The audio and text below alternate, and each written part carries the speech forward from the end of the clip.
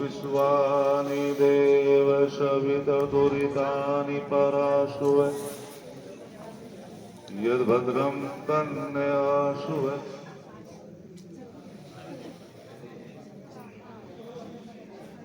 आर्य समाज के वरिष्ठ भजनोपदेशक भाई राजवीर जी,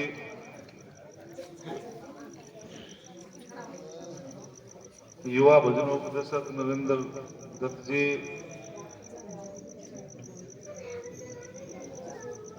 हमारी बहन भजनोपदेशिका अलका आर्या जी, बेटी छवि आर्या जी,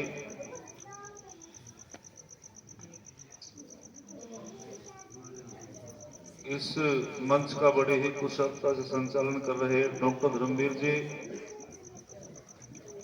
हमारे जनपद बिजनौर के यशस्वी प्रधान रामेंद्र आर्य जी,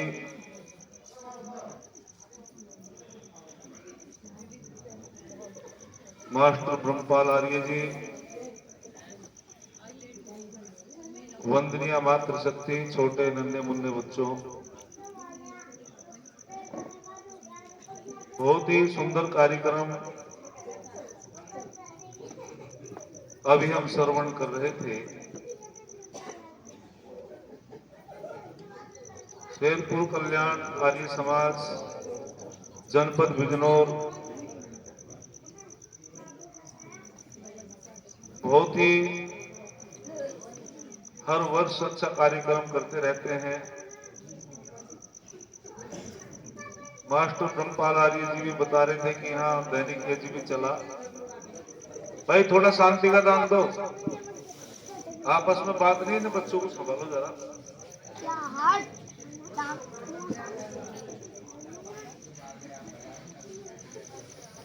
प्रति वर्ष अच्छे अच्छे कार्यक्रम सारी समाज में होते रहते हैं। अभी भ्राता जी ब्रजपाल बता रहे थे कि कुलवीर जी ने भी बताया, वे फोन के माध्यम से, वीडियो कॉल के माध्यम से बता रहे हैं कि तन मन धन से हम भी सहयोग करते रहेंगे। जो हिमाचल में रहते हैं, हर वर्ष ये कार्यक्रम चलता रहेगा। एक बार जोरदार ताली से कुलवीर जी के नाम का भी हम सावर्धन करेंगे।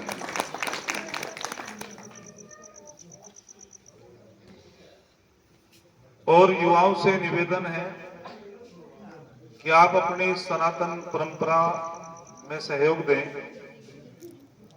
जब तक हमारे घरों में, परिवारों में वैदिक संस्कृति का प्रचार प्रसार नहीं होगा, परिवर्तन होने वाला नहीं है। जो हमारे आर्य समाज के वरिष्ठ कार्यकर्ता हैं, उनका सहयोग करना चाहिए। आज नारी सम्मेलन है, मैं भी समय के अंतर्गत थोड़ी सी बातें आपके बीच में रखता हूं।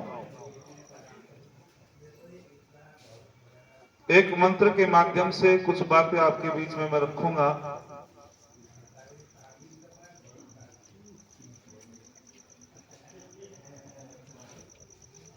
ये बातें कर रहे हैं साथ। थोड़ी देर रुक जा सालू, 20 मिनट की बात है, थोड़ा सा रुक कर चलो। बनवारी जी मुझे सुनो, जब तुम बोलते हो मैं बिल्कुल नहीं बोलता, और इसे बराबर वालों को भी शांत करो। मंच पे बोलना बहुत कठिन होता है। एक मंत्र है बहुत सुंदर, अधे पश्यस्य मौपरी संतराम पाद को हरे, माते कसफल कहु दर्शन स्त्री ही ब्रह्मा बहु। वेद मंत्र कहता है, हे नारी, अधे पश्यस्य मौपरी, हे नारी तू नीचे को देखकर चल, अपने पैरों को संभाल संभाल करके रख, तेरा शरीर वस्त्रों से आच्छादित हो, तेरी पैर की पिंडली दिखाई ना दे, तेरी नाभि दिखाई ना दे, हे नारी तुझे वेदों में ब्रह्मा कहा है। नीचे को देखने के दो अर्थ है, तेरी नैनों में लज्जा हो और किसी पड़ोसी की होड़ मत कर। जो भी तेरे पति का सामर्थ्य है उसी में अपना खर्च वहन कर। यदि पड़ोसी 11,000 की साड़ी लाता है करवा चौथ के दिन, तो अपने पति से लड़ाई मत कर। जो भी तुम्हारे पति का सामर्थ्य है उसी में तुमको खर्च वहन करना है। और वेदों में सरस्वती, सुसमकासा, अदिति के नामों से पुकारा गया है। अपने गौरव को पहचान।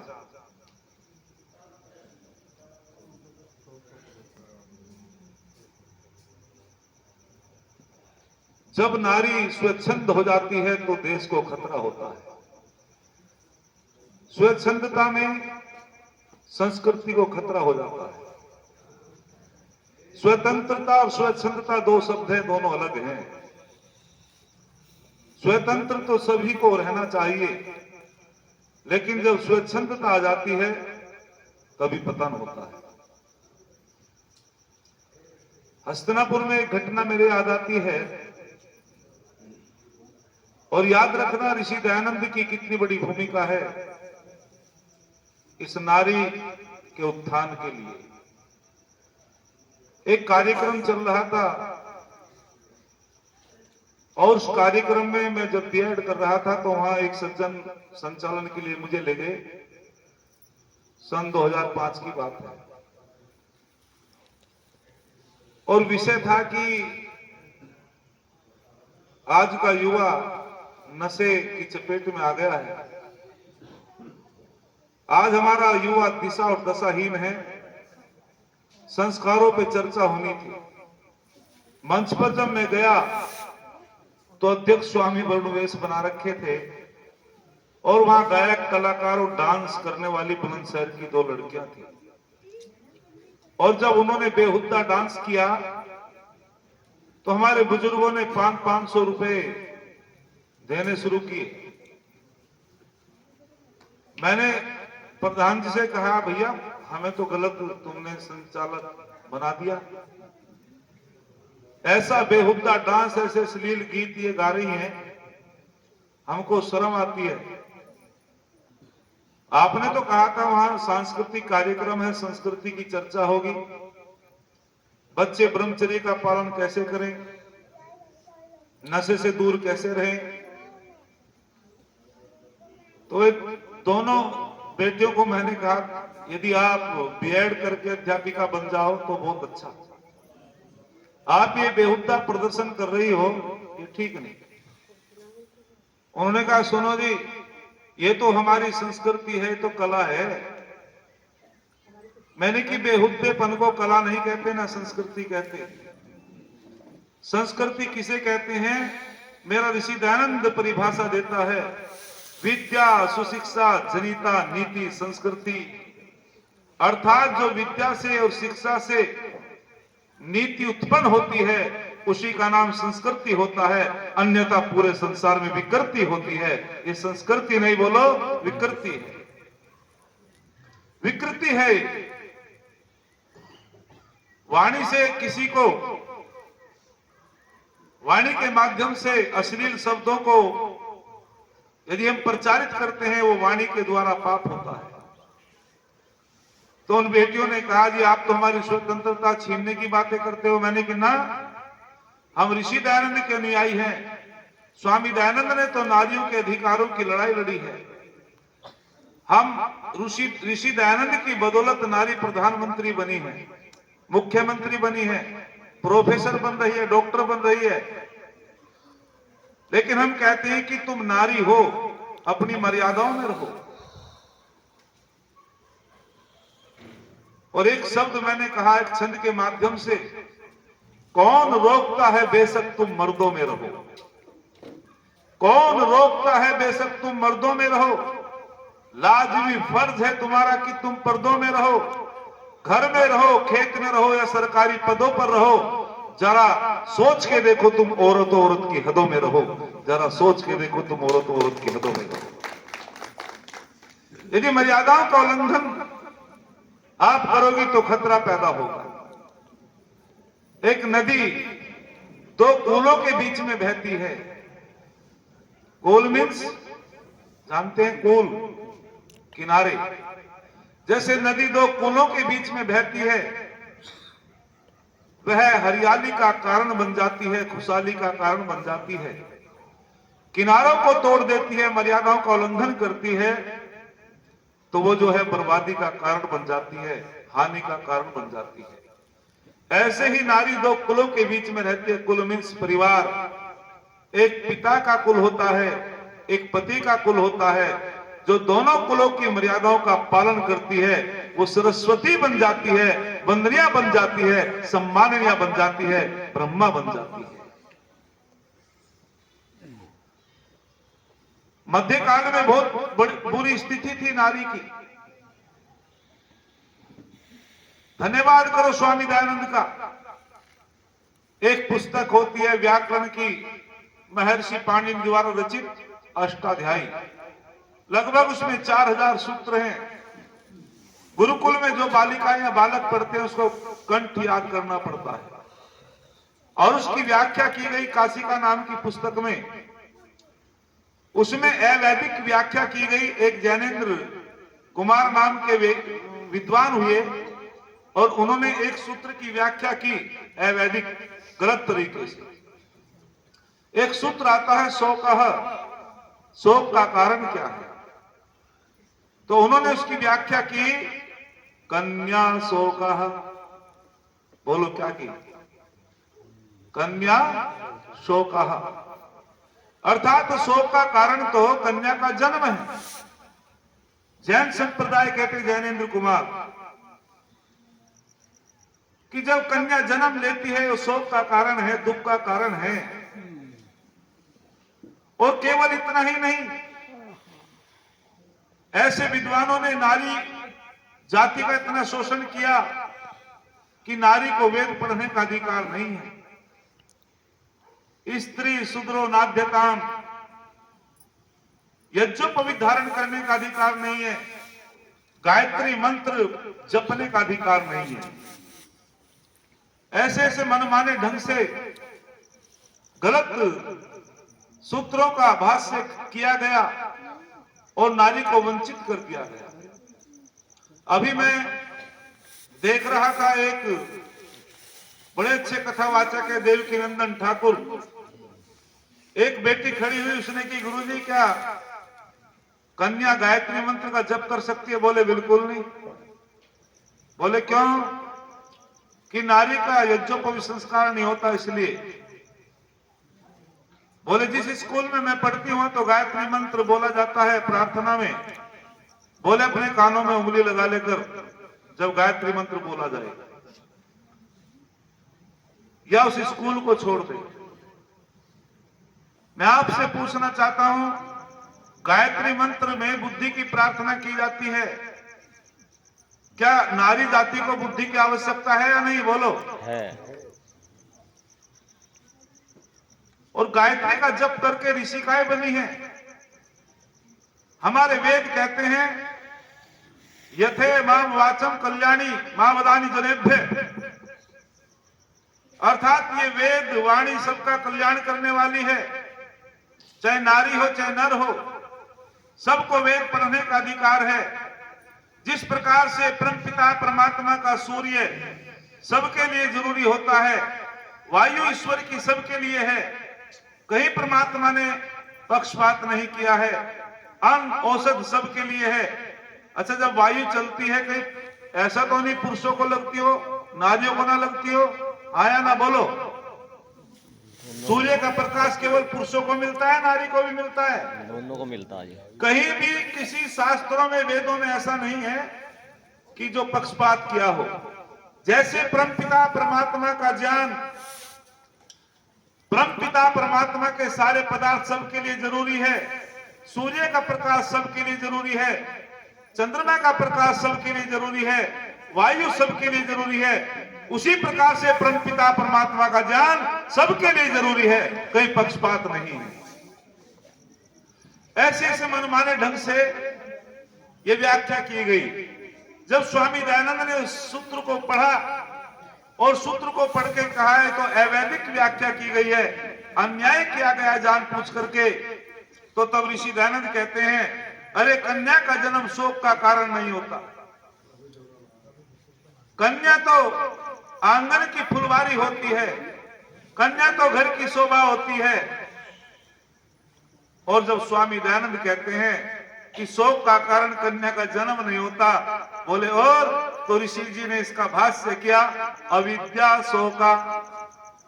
जो अविद्या में रहते हैं, जो विद्या को प्राप्त नहीं कर पाते हैं, जो पाखंड में रहते हैं, वो शोक का कारण है। चाहे कन्या हो चाहे बालक हो, जो विद्या को प्राप्त नहीं करेगा, संस्कारों को प्राप्त नहीं करेगा, वो दुखी रहेगा, निश्चित रूपेण वही शोक का कारण है। वारे वार ऋषि दयानंद, तूने कमाल कर दिया। एक नारी पौराणिक विद्वान के पास गई और उसने कहा, मैं पूछना चाहती हूँ नारी के विषय में तुम्हारा क्या चिंतन है। उस पौराणिक विद्वान ने कह दिया, पैर की जूती। हमारी दृष्टि में तो तू पैर की जूती है। दूसरे विद्वान के पास गई, पौराणिक विद्वान जो धर्म गुरु, कि आप बताइए नारी का चिंतन क्या है। तो उसने कह दिया, नारी की छाया पड़त अंधा होत भुजंग, उनकी कागती बोलो जो नित्य नारी के संग। तीसरे धर्म गुरु के पास गई जिन्होंने ठेका ले रखा था, उसने कह दिया, नारी नरकस्य द्वारम, नारी तो नरक का द्वार है। चौथे धर्म गुरु के पास गई, उसने कह दिया, ढोल गवार पशु शूद्र नारी, ये सब ताड़न के अधिकारी। और कमाल की बात यह है कि जब स्वामी दयानंद के पास नारी गई, बोले ऋषिवर मैंने बहुत नाम सुना है, आप बताओ नारी का चिंतन आपकी दृष्टि में क्या है। तो तब स्वामी दयानंद ने कहा था, यत्र नारीस्तु पूज्यन्ते रमन्ते तत् देवता, जहां नारियों का सम्मान होता है वहां देवताओं का वास होता है, जहां नारियों को सताया जाता है वहां सब कुछ समाप्त हो जाता है। ये ऋषि दयानंद ने प्रमाण दिया और कहा, पैर की जूती नहीं होती नारी, स्त्री ही ब्रह्मा बहुविध है। जिस प्रकार से ब्रह्मा समाज का निर्माण करता है, ठीक उसी प्रकार से नारी, जिस प्रकार से ब्रह्मा सृष्टि का निर्माण करता है, ठीक उसी प्रकार से नारी समाज का निर्माण करती है। वो ब्रह्मा होती है, वो वास्तविक सुसमकासा होती है, सरस्वती होती है। ऐसा शोषण किया गया और ऋषि ने बहुत प्रमाण देकर के बताया। निश्चित रूपेण जब हम वैदिक काल में पहुंचते हैं, ये पौराणिक कथावाचक बोलते रहते हैं, अरे नारियों का गौरव तो बहुत ऊंचा था। पंडित मंडन मिश्र और जगत गुरु शंकराचार्य का शास्त्रार्थ होने वाला है, और जब दोनों का शास्त्रार्थ तिथि तय हुई, बोले निर्णय कौन करेगा। पंडित मंडन मिश्र भी बहुत बड़े विद्वान हैं और जगत गुरु शंकराचार्य भी बहुत बड़े विद्वान हैं। बोले निर्णय कौन करेगा। अच्छा, दो वकीलों में बहस छिड़े तो उसका जजमेंट कौन करता है। डॉक्टर साहब है जी, कौन करेगा दो वकीलों का जजमेंट। जज करेगा, बिल्कुल ठीक, क्योंकि वो उनसे ज्यादा योग्यता रखता है। तो जब दोनों में बात हो रही तो भारती देवी कहती है पंडित मंडन मिश्र की पत्नी कि तुम्हें भारती देवी नहीं दिखाई दे रही। जहां भारती देवी हो तुम्हें निर्णायक ढूंढने की कोई आवश्यकता नहीं, आप चिंतन करके बताओ भारती देवी ने निर्णायिका की भूमिका निभाई। अच्छा, वो निर्णायिका तभी तो बनी जो वो वेदों की विदुषी थी, वो जानती थी। यदि उसको ज्ञान ना होता तो वो निर्णय कैसे देती। क्या गौरव था नारियों का, वैदिक काल की नारियों का कितना ऊंचा गौरव था, कितनी बड़ी विदुषी थी। दोनों का शास्त्रार्थ हुआ, शर्त लगी कि जो शास्त्रार्थ में विजय होगा वो उसका गुरु माना जाएगा और जो पराजित होगा वो उसका शिष्य। कई दिन तक वो संवाद चलता रहा, लेकिन जगत गुरु शंकराचार्य ने उस शास्त्रास्त्र को विजय श्री को प्राप्त हुआ और मंडन मिश्र पराजित हो गया। पंडित मंडन मिश्र ने कहा कि मैं अपनी हार स्वीकार करता हूं और आप मेरे गुरु, मैं तुम्हारा शिष्य हूं। तो जगत गुरु शंकराचार्य ने कहा बिल्कुल ठीक। भारती देवी ने कि नहीं आचार्य, और अभी मेरे पति पराजित नहीं हुए। बोले तो सभा के बीच में इसने स्वीकार कर लिया। बोले ना, अभी मेरे पति पराजित नहीं हुए, मैं अर्धांगिनी हूं, अभी तो मेरे से भी शास्त्रार्थ करना पड़ेगा। ऐसे गूढ़ प्रश्न भारती देवी ने पंडित मंडन मिश्र से किए कि उनको कई महीने का समय मांगना पड़ा। बोले इन प्रश्नों का उत्तर मेरे पास नहीं है, मैं चिंतन करके बताऊंगा। बोले तो अभी मेरे पति भी कहां हारे, तभी हारेंगे जब आप मेरे से संवाद करो। अपने पति के सम्मान को बचाया। अरे जब महाराजा जनक के यहाँ संवाद चल रहा है, अश्वल ने पूछा महर्षि याज्ञवल्क्य से कि वेदों में कितने प्रकार के, यज्ञ में कितने प्रकार के मंत्र बोले जाते हैं, और अनेक विद्वानों के उत्तर देते चले गए। जब सबका प्रश्नों का समाधान किया महर्षि याज्ञवल्क्य ने, और कहने लगे जो हजारों गाय जिनको गाय के सींग सोने से मड़ रखे थे, बोले अपने ब्रह्मचारी से इनको चलो भाई लेकर के। सारे विद्वानों ने विरोध किया, जी आप कैसे लेकर के चलते हो, अभी तो बहुत विद्वान है, उनसे शास्त्रार्थ करना पड़ेगा। लेकिन प्रश्न करने की हिम्मत किसी में नहीं रही। ब्रह्म वायदिनी गार्गी सुसमकासा बनकर के खड़ी हो गई और उसने कहा कि मैं 3 प्रश्न करूंगी ऋषिवर से, यदि इन्होंने तीनों प्रश्नों का समाधान दे दिया फिर गाय के ले जाने के अधिकारी ऋषिवर हैं। और उन्होंने जो 3 प्रश्न किए उनका समाधान ऋषिवर ने कर दिया। तो ब्रह्म वायदिनी की प्रशंसा की है कि हे गार्गी, तू वास्तविक ऋषि का है, तूने जो गूढ़ प्रश्न किए वो अध्ययन करने वाली नारी कर सकती है, सामान्य नारी नहीं। और उसकी बड़ी प्रशंसा कर रहे हैं महर्षि याज्ञवल्क्य। उसने वहां नारी के गौरव को बढ़ाया। पुरुष वर्ग की तो हिम्मत नहीं थी प्रश्न करने की भी, और वो सुसमकासा बन गई। सु माने अच्छी प्रकार से, सम माने भली प्रकार से, कासा माने चमकने वाली या चमकाने वाली। जो नारी वेद के संस्कारों से ओतप्रोत होकर के, जो नारी सदाचार से ओतप्रोत होकर के, जो चरित्र से ओतप्रोत होकर के अपने कुल को चमका देती है, वो सुसमकासा बन जाती है, वो सरस्वती बन जाती है, वो वंदनिया बन जाती है। अपने दोनों कुल को चमका दिया और ऋषिवर को कह दिया कोई इसको पराजित नहीं कर सकता। जब हम वैदिक काल में जाते हैं तो पता चलता है कि गायत्री का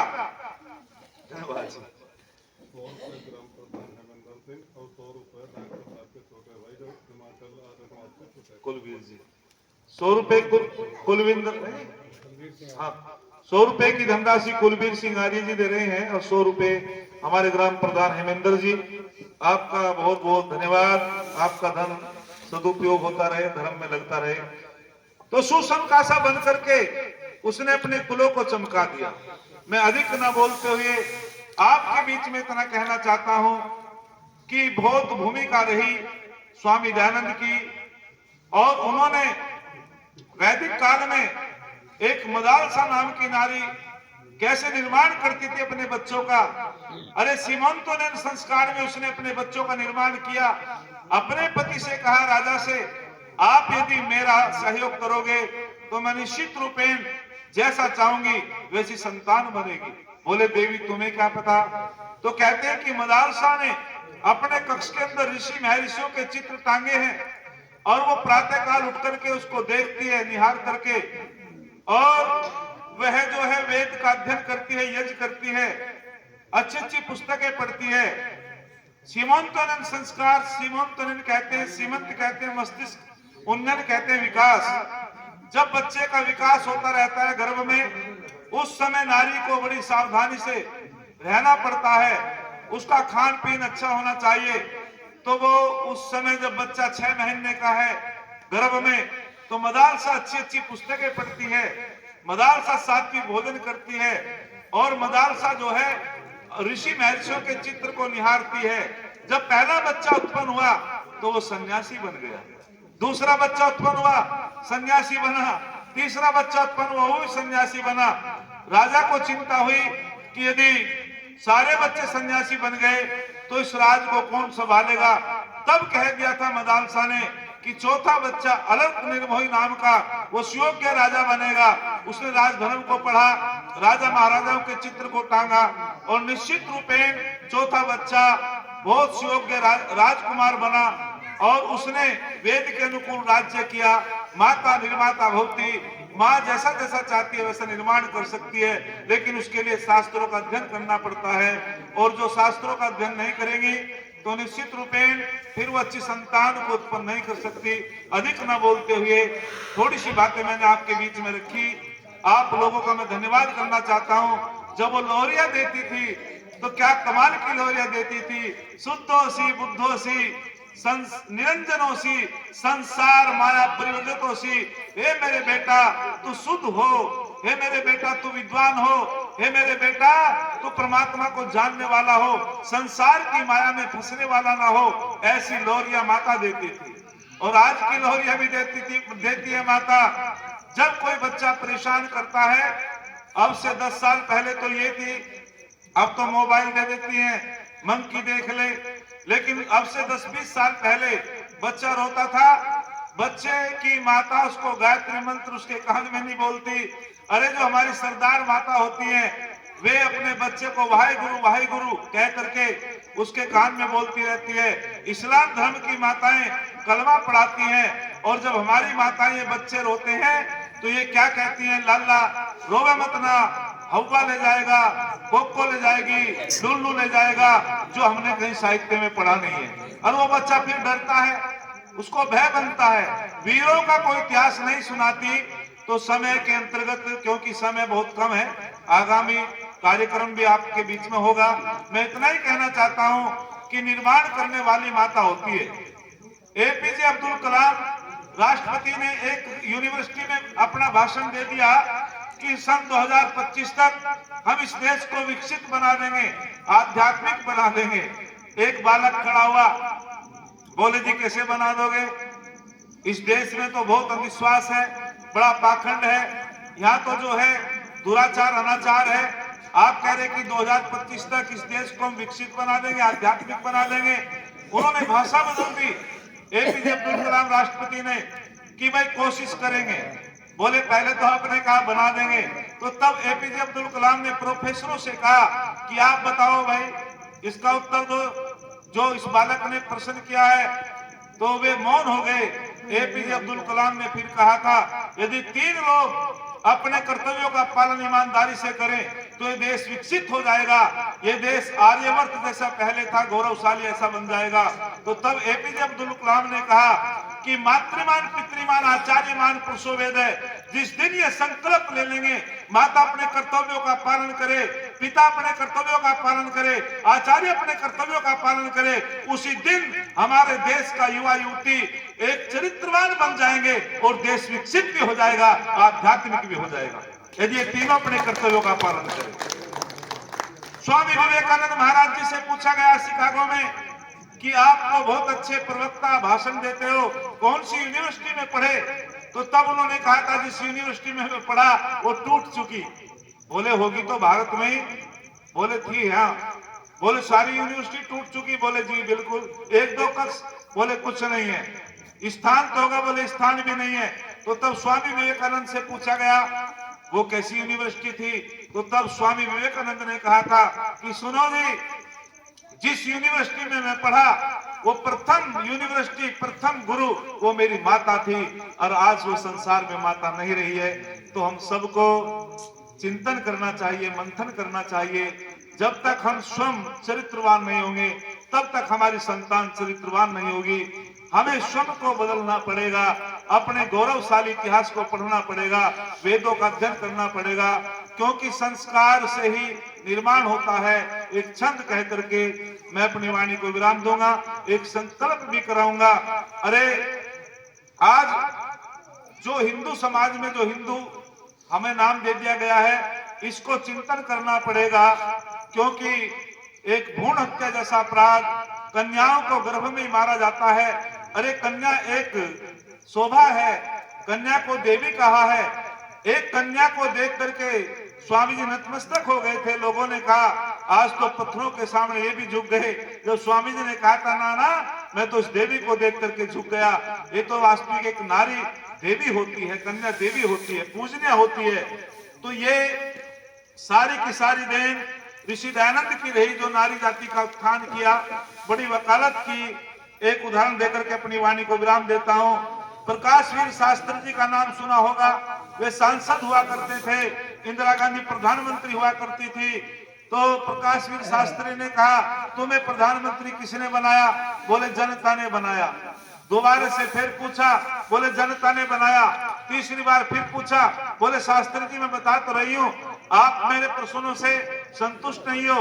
तो तब प्रकाशवीर शास्त्री ने कहा था जनता तो तब भी थी जब पति की मृत्यु के बाद में पत्नी को जबरदस्ती अग्नि कुंड में जला दिया जाता था, अग्नि में जला दिया जाता था, पैर की जूती कहा जाता था। यदि कोई विधवा हो जाती थी उसके बाल कटा करके उसे घर से गांव से बाहर निकाल दिया जाता था। इतनी दुर्गति नारी की थी। तुम पढ़ने की बात, प्रधानमंत्री की बातें करते हो। कोई भी तुम्हें पढ़ने का अधिकार नहीं था। यदि ये सरे जाता है तो यदि तुम्हें प्रधानमंत्री बनने का श्रेय जाता है तो ऋषि दयानंद को जाता है, मेरे स्वामी को जाता है। अन्यथा तुम्हें कौन प्रधानमंत्री बनाता? संकल्प लेना चाहिए, भ्रूण हत्या जैसे अपराध से बचना चाहिए। निश्चित रूपेण ये बहुत बड़ा पाप होता है, ब्रह्म हत्या होती है। प्रत्येक पिता को एक बेटी चाहिए कन्यादान के लिए। प्रत्येक पिता को एक बेटी चाहिए कन्यादान के लिए। कन्यादान है महान हर एक इंसान के लिए। अरे अपनी ना हो, गरीब की गोद ले ले पागल।